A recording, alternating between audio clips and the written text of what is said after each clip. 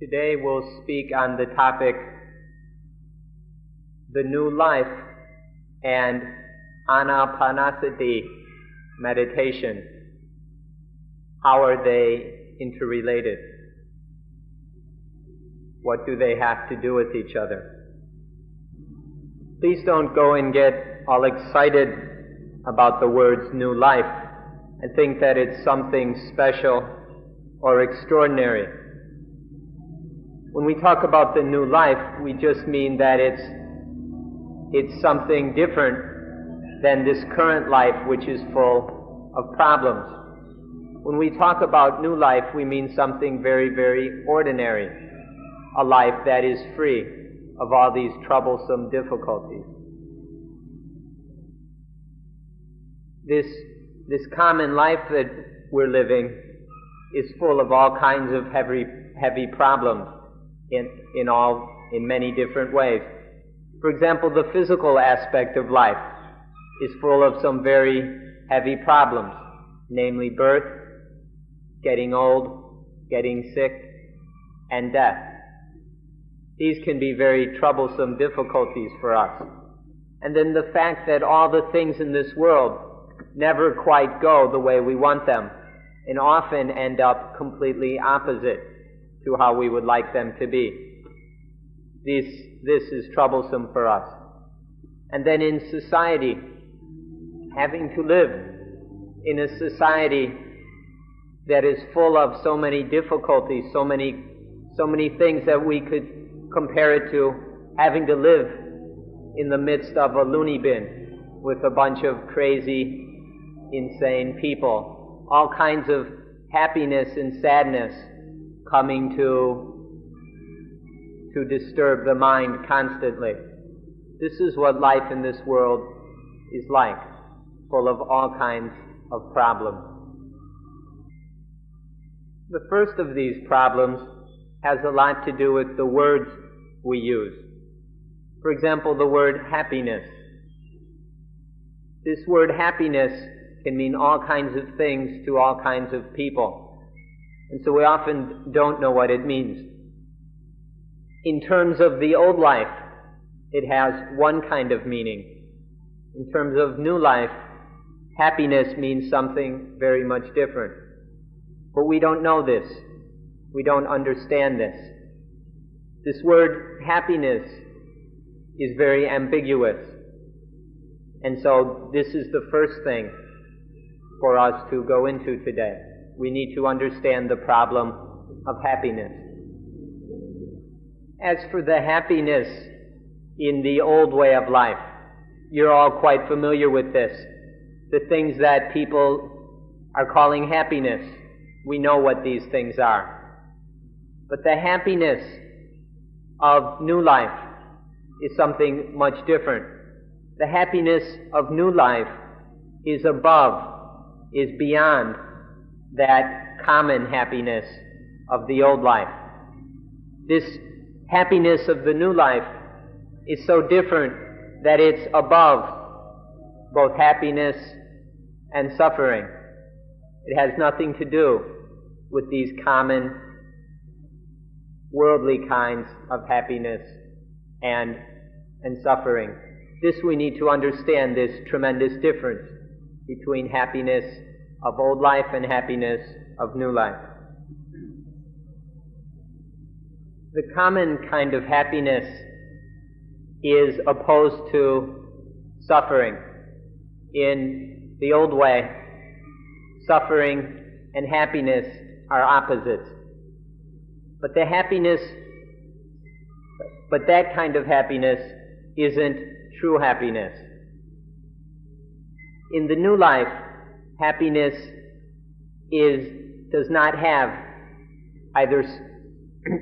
In the new life, happiness is when we are completely free of, when we have nothing to do with that common kind of suffering and happiness.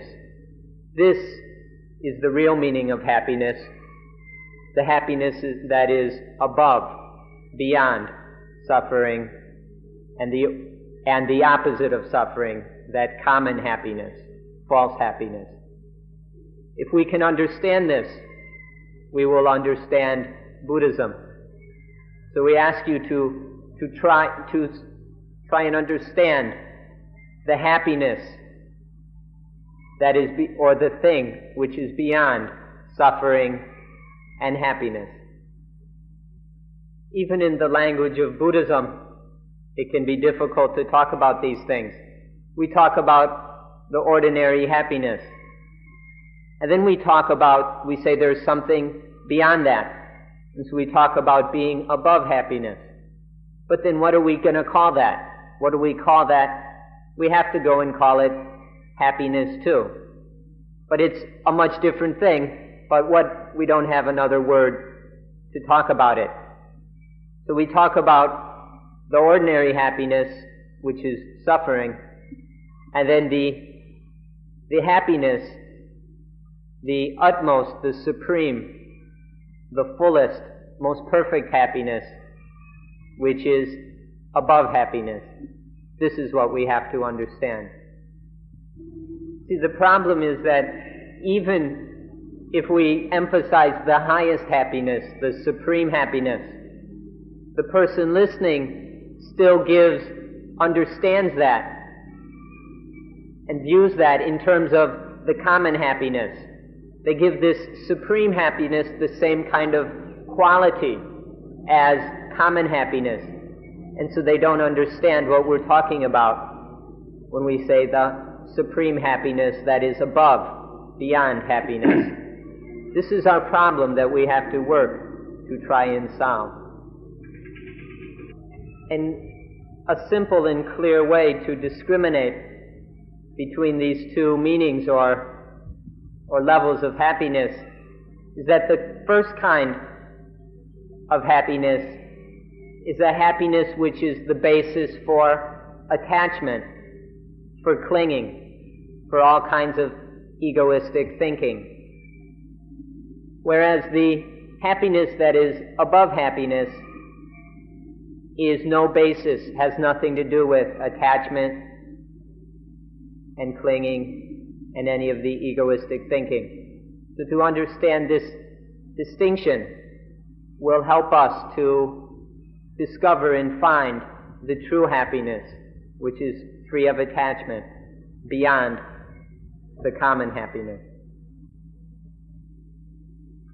Something for us to study that requires careful observation is that dukkha, suffering in the true meaning of this word, always comes from attachment. As soon as there is any feeling of I and mine towards something, this will lead to dukkha. So if there is happiness and we attach, we cling to that happiness becomes suffering. If we attach to goodness, that goodness becomes dukkha. Even if we attach to the state of being free of dukkha, then that turns into dukkha. Whatever it is, if attachment arises towards the thing or the state, then it becomes dukkha. There's no exception to this law. So let's understand this word attachment properly. Attachment means to pick something up, hang on to it, and carry it around. You should be able to understand this easily. To carry something around with us is to attach to it. If we pick up a heavy rock, if we pick up a rock and carry it around, it's heavy. If we pick up big diamonds and jewels and carry them around, they're just as heavy. People may think that there's a tremendous difference between rocks and diamonds. But if we go and carry them around, if we attach to them, they're equally heavy. This is what attachment is like. We should understand this phenomena and be very, very careful not to go lugging things around, making our life heavy. in new life, or for new life, we desire a life that is without dukkha, without misery. And so therefore, we must discriminate between common happiness that is a basis of attachment and the supreme happiness which is no basis for attachment. Then understanding this, we can live our lives without any attachment. And then there is that new life, free of dukkha, free of suffering, which has this supreme happiness, the happiness that has nothing to do with attachment, the life that is free of heaviness, the life that has a kind of happiness which we do not turn into a burden of life. If we cling to the happiness, it becomes a burden for our lives. The new life that we're interested in is free of all these burdens and suffering. Now let's look at the thing life for a moment. In life, if we go and attach to anything, that life becomes a burden for itself. That life becomes heavy because of the attachment. If in life we go and attach to anything, whether to diamonds or to rocks, that life becomes a burden. If in life we attach to being good, having a good life, or attach to being bad, having a bad life, then this becomes very heavy. The rocks, the diamonds, the good and the bad are equally heavy if we insist on carrying them around with us. The new life, we don't do that. We don't cling to these things. We don't make these things into burdens to lug around with us. In the new life, we're free of that. This is the thing we're interested in. When we say that if in life we don't attach to it as me or my life, as I am this life or this is my life, we say that if we don't attach in this way, there's no burden, there's no dukkha. But then the problem or the question always comes up, how can we do that? How is that possible? Many people, when they hear that, by not taking life to be I or mine, there will be no burden. They say, we can't do that. That's too much for us. We have to ask that instead of jumping to conclusions, thinking foolishly or impetuously. We ask that instead we listen carefully and try to understand this, and then patiently learn how to apply this understanding in our lives in order to see that it is possible, to see for ourselves how it is possible. Just by living life without this clinging to things as I, as mine, to clinging to life itself as I or mine. Just doing this will free life of all dukkha. But hardly anyone is willing to believe this. The problem is that as soon as we attach to life, it becomes dukkha. Please remember this fact.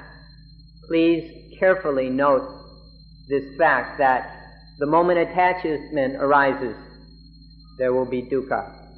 Please be very careful not to forget this. If we go and attach to something good, then it will bite us. If we attach to the bad as I or mine, it will bite us. Whether we attach to goodness or badness, good things or bad things, they'll all turn around and bite us with suffering, and turn life into a burden, make life heavy and difficult to live, to the point where we might not even want to live. Please remember this, because all we have to do is not attach, and then nothing can bite us, nothing becomes heavy. There's no burden in life. We can live it in a way that is completely free, the freest kind of life, a life that is completely void of all suffering. This is the highest kind of life. This is the most peaceful life. This is the kind of life that is above everything. If you are a good Christian, sincere, genuine Christian, then you will be free of all dukkha. The thing is, nowadays, we can't find any good and sincere Christians. In the very beginning of the Bible, in just a few words, God gave the commandment, do not attach to good and evil. To phrase it a little in a longer sentence, God said, do not eat the fruit of the tree of the knowledge of good and evil. This means exactly, don't get trapped within the meanings or values of good and evil. Don't attach to them. Don't turn good and evil into a burden. This is a commandment of God at the very beginning of the Bible. If one is a true, genuine, sincere Christian, then one will understand this and follow it. A real Christian attaches neither to good nor to evil. But although we're looking for one, we still are unable to find such a true and genuine Christian. Please observe that God spoke only one single time, or gave only this one single direct commandment. This was the only time God spoke directly to man or to humanity, and gave this one single commandment. But nobody follows it. Nobody listens. All the Christians who supposedly love God don't even follow this very first commandment. We'd like to find a Christian who is a true one. Because if we could, in the true and genuine Christian who follows this commandment, right there, we will also meet new life. If you think that God is the utmost goodness or the highest goodness, then this understanding directly contradicts the commandment to not attach to good and evil. To understand that God, to believe that God is the utmost goodness, goes against the will of God. The will of God is that we do not attach to goodness and evil. But many people still cling to the idea that God is the utmost goodness. For this reason, it is impossible to find a true Christian. If we could find one, we would find a new life, free of all dukkha. If you're a true, sincere Christian, a really correct and proper Christian, then you won't attach to good and evil. And then at the very same time, you'll also be a true and correct Buddhist. As soon as we no longer attach to anything as I and mine, we become a genuine Buddhist. By not attaching to anything as good and evil, we also become a true Muslim, a real Hindu. By not attaching to good and evil, by not attaching to anything, we automatically become a member of all the religions at the same time. Not in a superficial way, but right there at the heart of religion. To attach to anything is dukkha. To not attach, to be free of seeing things as I and mine, is to immediately become a leading member of all the religions simultaneously. Therefore, to not attach to anything, not to God, not even to life, the life itself, this is new life, life free of attachment. Let us stress once again, the life in which there is no attachment and clinging to anything, that is new life. And so then the question arises, do you want this or not? Do you want this or not? Are you interested or what? If you want this, then we'll continue speaking. We'll talk about Anapanasati, mindfulness with breathing, because it is something that can help us to discover new life. The essence of Anapanasati is taking up everything and looking at it until we fully realize that there's not anything worth attaching to. There's not one single thing anywhere in the universe, in nature, in life, that we should attach to as I or mine. And then we don't attach to anything anymore. This is the essence, the heart of mindfulness with breathing. The hippies, back in the 60s, some of them hung around until the 70s and even 80s. In their wandering and searching for a new life, what did they find? Hippie has the meaning of being good, crazy about good, being drunk on good, being indulging, being lost in good. And so there's no chance, there's no possibility of discovering new life. In Anapanasati, we take everything, but then to speak, we can summarize them into 4 groups. These 4 groups, the 4 basic areas of our Anapanasati practice, include everything in the universe. And so we study them in order to see that none of them are worth getting drunk about or going crazy about. And there's nothing worth attaching to. First of all, we take up the first group or area deals with life itself. Whether we're studying the body or the breathing that sustains the body, the breathing that is the source of life.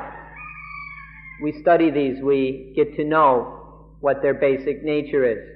We practice according to the system of Anapanasati until we realize that this body and this breath, that this life, that all these material, physical, corporeal things are impermanent and uncertain, are unsatisfying, and are not self.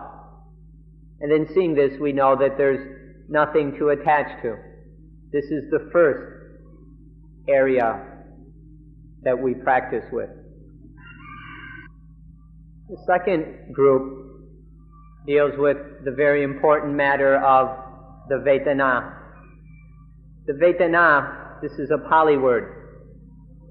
We're not going to translate it in English because nobody really knows what the proper translation is, and the word feeling often confuses people. We'll talk about the Vedana. This is an absolutely crucial thing to study because the Vedana control us. When Vedana arise, they force ideas and thoughts and actions according to the influence of these Vedana. Whatever the kind of Vedana, it will force the mind to think and act in a certain way. If it's a pleasant Vedana, the mind thinks of getting, of having, of keeping. If it's an unpleasant Vedana, the mind thinks of destroying, of getting rid of. And if it's an uncertain, undescribable Vedana, the mind runs around in circles, thinking about what this is, trying to figure it out, and getting more and more confused. This is the power of the Vedana. They have great mastery over us and our lives. If the Vedana condition craving, blind want, foolish desire, then there arises attachment, and we suffer. If the Vedana condition up this attachment, then life becomes a burden. This is the great power of the Vedana, that they condition craving. So we study the Vedana. In Anapanasati, we get to know them until we see their nature, that they're impermanent and uncertain, that they're unsatisfactory, and that they're not self. When we see this, then we know that there's nothing worth attaching to. And so we do not allow the Vedana to condition craving. There's no attachment, and the Vedana do not force us into slavery. They don't force us into making life a burden. This is why in Anapanasati we work with the Vedana, this very, very important aspect of life. The Vedana, when they arise, are the cause of the feeling of the sense or the belief in positiveness and negativeness. This positiveness and negativeness arises because of the Vedana. Pleasant Vedana lead to positiveness. Unpleasantness, pleasant Vedana lead to negativeness.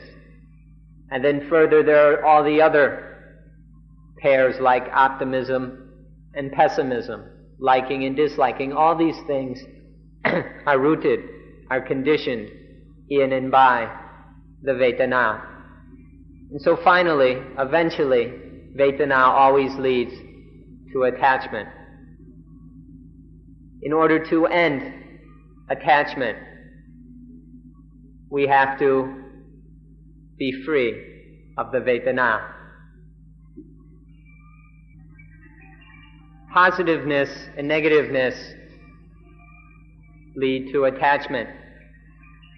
Positiveness leads to liking things, wanting things, attaching to things in a good way, and this becomes a burden.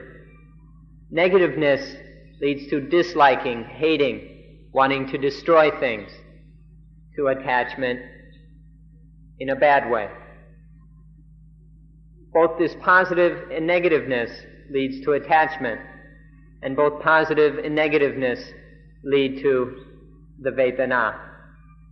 In order to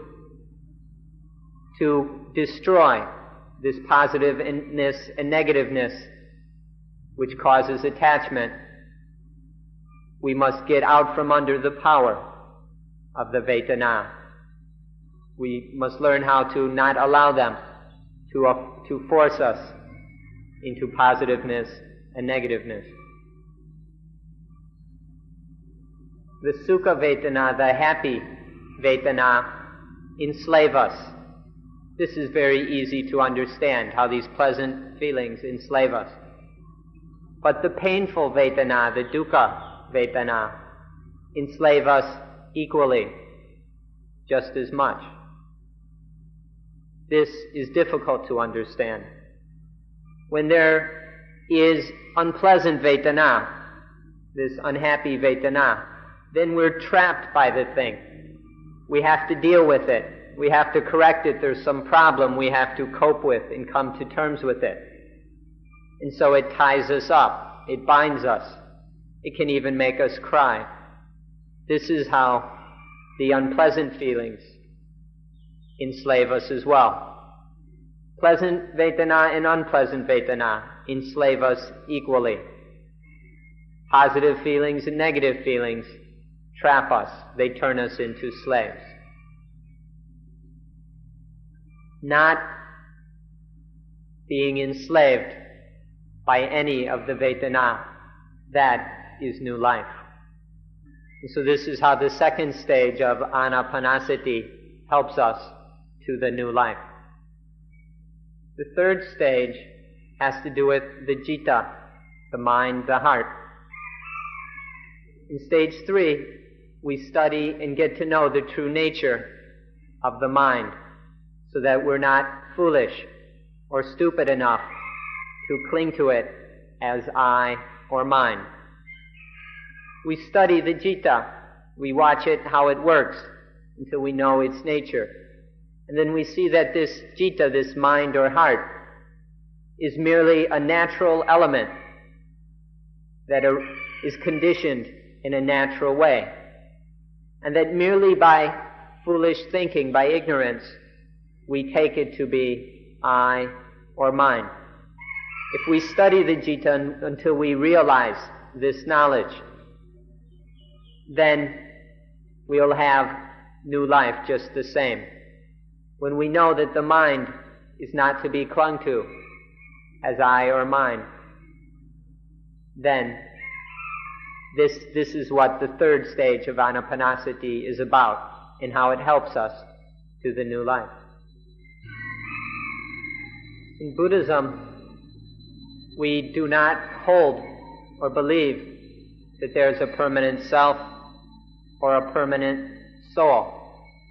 Rather, we observe that this citta, this mind, is merely a natural element which changes and transforms according to the various conditions and situations that meet it.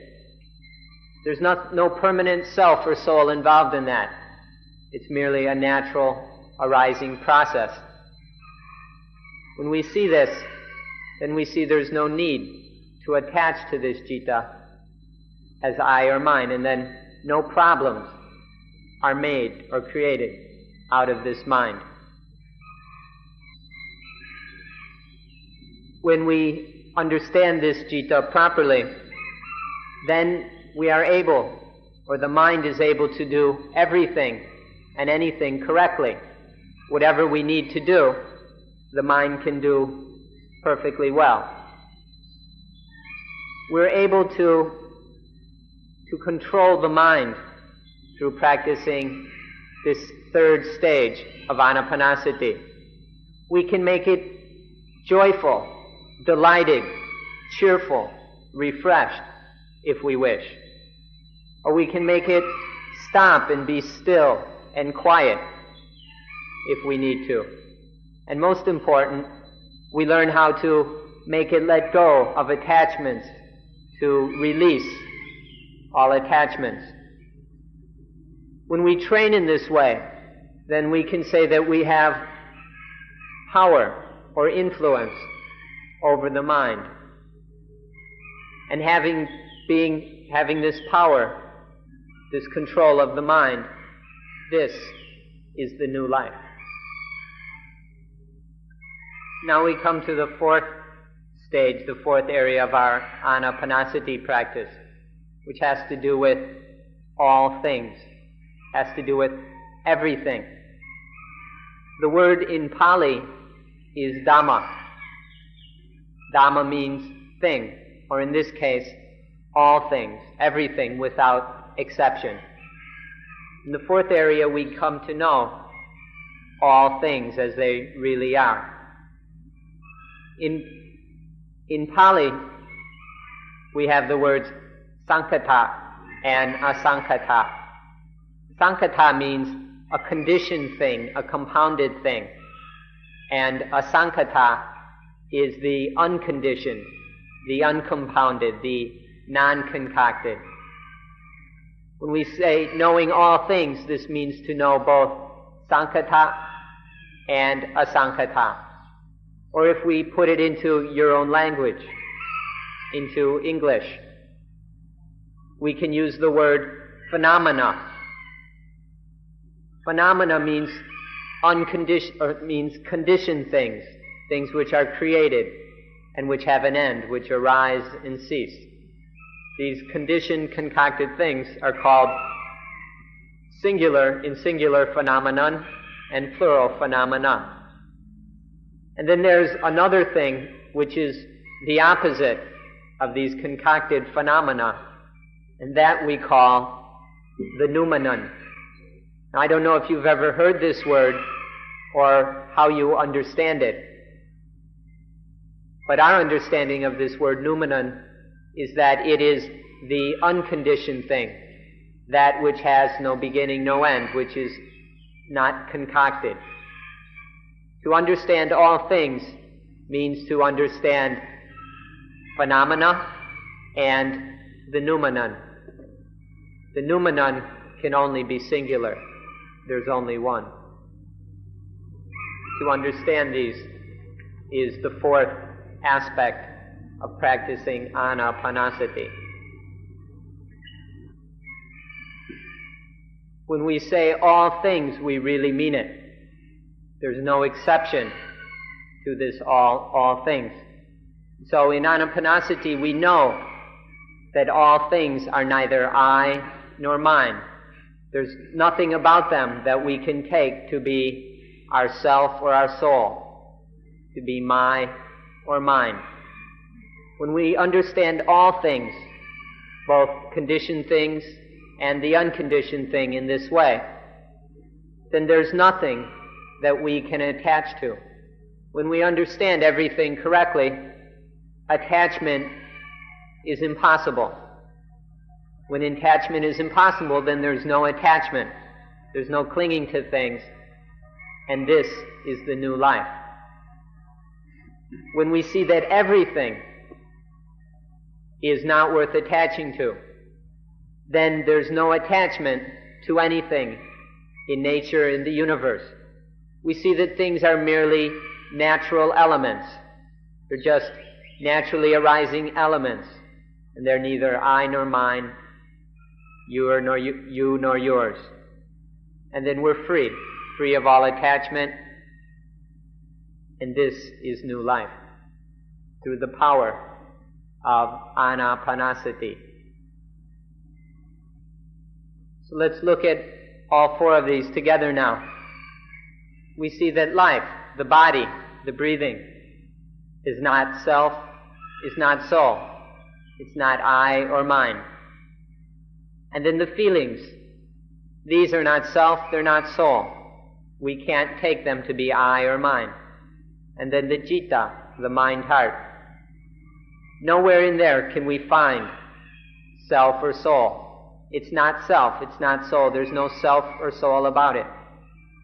And then all things, everything, is seen to be not self, anatta, not soul, anatta. There's nothing to be taken as mine or I or me or myself. We look and we don't see, we can't find a true self anywhere. Seeing this, there's nothing to attach to. There's no attachment, and we are free. This complete freedom is the new life, the real, genuine new life. If we know voidness, we know that things are void of self and of soul.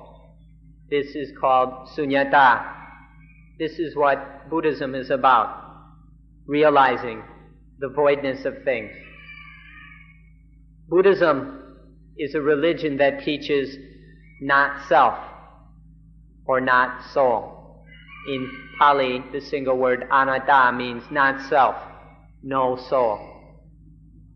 Self and soul in English might have different meanings, but the Pali word atta includes both their meanings. And so Buddhism teaches not self, no soul. In realizing this, that there is no self or soul anywhere, and that realizing that what there is, what we have right here, this life, it's not self, it's not soul. There's no self or soul to be found, and what we do have is not self or not and not soul. To see this is to see anatta. To see anatta means there's nothing to attach to. We're incapable of attaching, and then we are free. The mind, the heart, is perfectly free, and that is the new life. A good Christian should interpret the symbol of the cross as the cutting of the eye. The upright of the cross is the eye, which stands for the atta, the ego. And then the other, the cross piece, cuts the eye, destroys the I, the atta. A good Christian ought to interpret the cross in this very profound way. In seeing anatta fully, we see as well sunyata. Sunyata means voidness, voidness of self and soul. To see that there is no self, no soul, no atta, no ego. This is to see sunyata. In seeing sunyata profoundly, we see tathata. We see that things are just like they are. They just go along in their own way. Conditioned things just go along in the way of conditioned things, and the unconditioned thing goes along in its own way. Things just are thus, are such. Seeing this suchness, this thusness of all things is seeing tathata.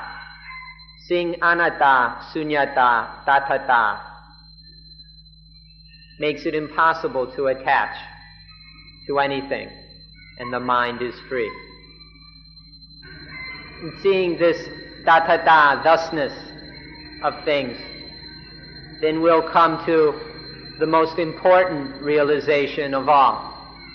Seeing thusness leads to the realization of atammayata, atammayata. Atammayata is to see that that's enough.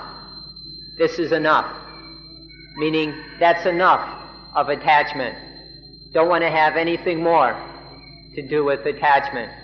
We've had enough. This is called atammayata. Seeing the nature of things to the degree that we see that in seeing the nature of attachment fully, we've had enough. We don't want to have anything more to do with it.